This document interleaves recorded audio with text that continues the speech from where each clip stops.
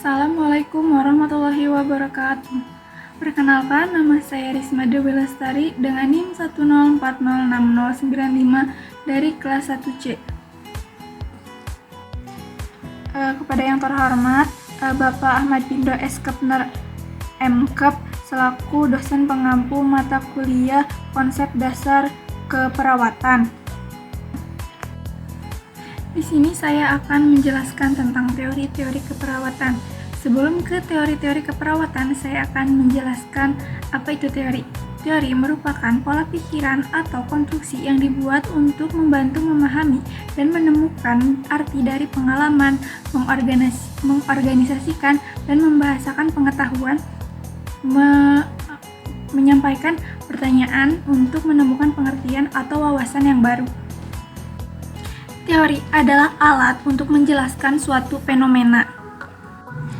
Teori tidak hanya begitu saja ditemukan di alam, tetapi teori merupakan hasil dari penemuan ilmiah manusia.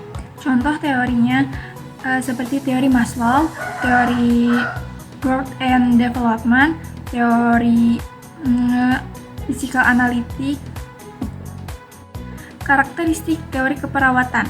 Teori keperawatan mengidentifikasikan dan mendefinisikan sebagai hubungan yang spesifik dari konsep-konsep keperawatan seperti hubungan konsep manusia, konsep sehat sakit, konsep lingkungan, dan keperawatan, menjadi pedoman dan berperan dalam memperbaiki kualitas praktek keperawatan.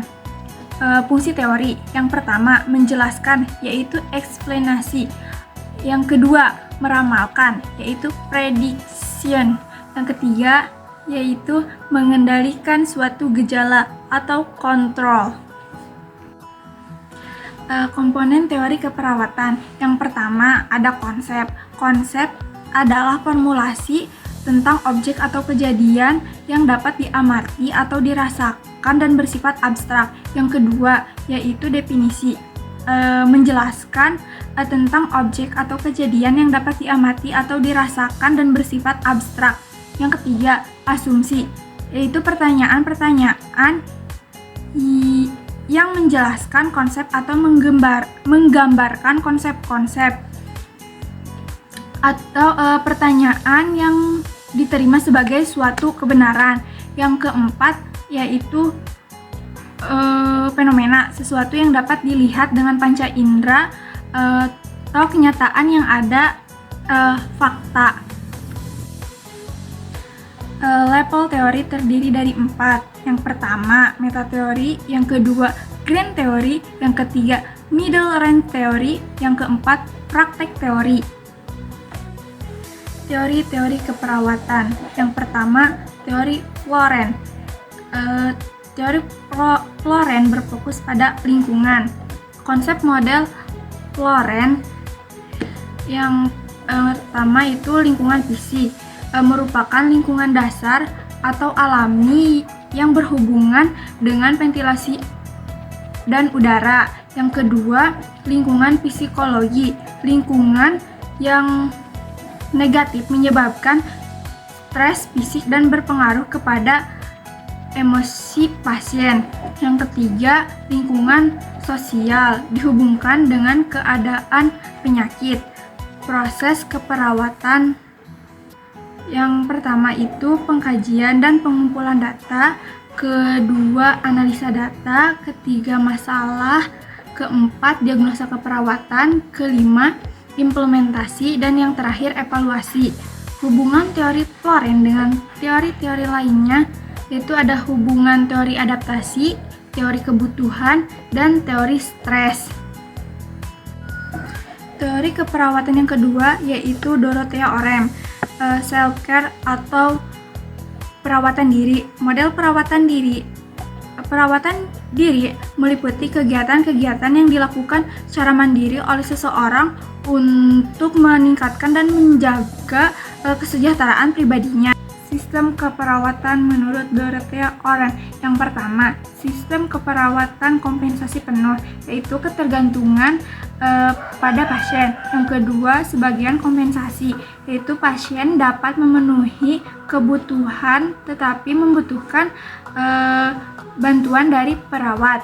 Yang ketiga, edukasi yang mendukung. Pasien dapat memenuhi kebutuhan perawatan diri tetapi memerlukan bantuan dalam pengambilan keputusan dan pengetahuan. Hakikat keperawatan menurut Orem difokuskan kepada 3 pertanyaan. Yang pertama, apa yang dilakukan perawat dan apa yang seharusnya dilakukan perawat. Yang kedua, mengapa perawat melakukan apa yang mereka lakukan. Yang ketiga, apa hasil intervensi dari keperawatan. Teori keperawatan yang ketiga, teori Virginia Henderson tentang kebutuhan dasar.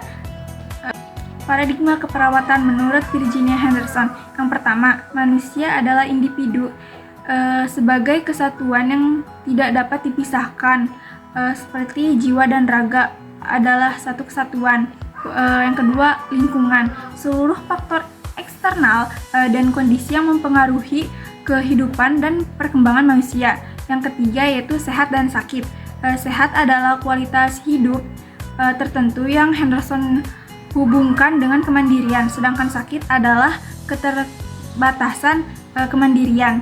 Keperawatan, yang terakhir itu keperawatan, yaitu membantu individu memperoleh kembali kemandirian sesegera mungkin.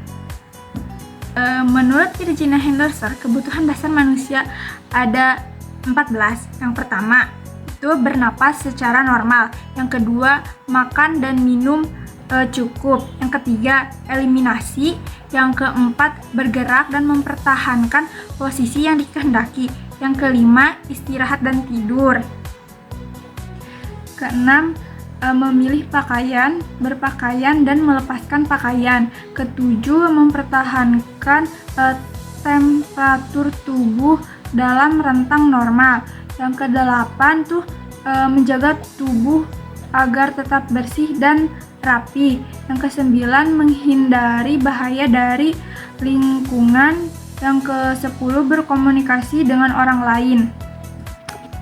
Yang ke-11, beribadah menurut keyakinan. Yang ke-12 itu bekerja dan menjanjikan keberhasilan. Yang ke-13 yaitu bermain dan berpartisipasi dalam berbagai bentuk reaksi. Nah, yang ke-14 belajar menggali atau membuaskan rasa keingintahuan yang mengacu pada perkembangan dan kesehatan normal. Dari ke-14 poin tersebut diklasifikasikan menjadi 4. Yang pertama yaitu biologis dari poin nomor 1 sampai poin nomor 9.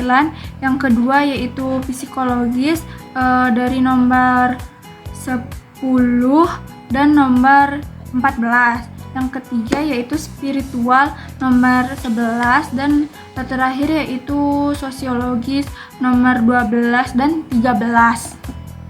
Menurut Virginia Henderson, ke-14 kebutuhan dasar tersebut yang menjadi fokusnya itu dipengaruhi oleh usia. Yang kedua, kondisi emosional. Yang ketiga itu latar belakang sosial dan budaya. Yang keempat itu kondisi fisik dan mental. Sekian teori yang dapat saya jelaskan. Mohon maaf bila ada kesalahan. Wassalamualaikum warahmatullahi wabarakatuh.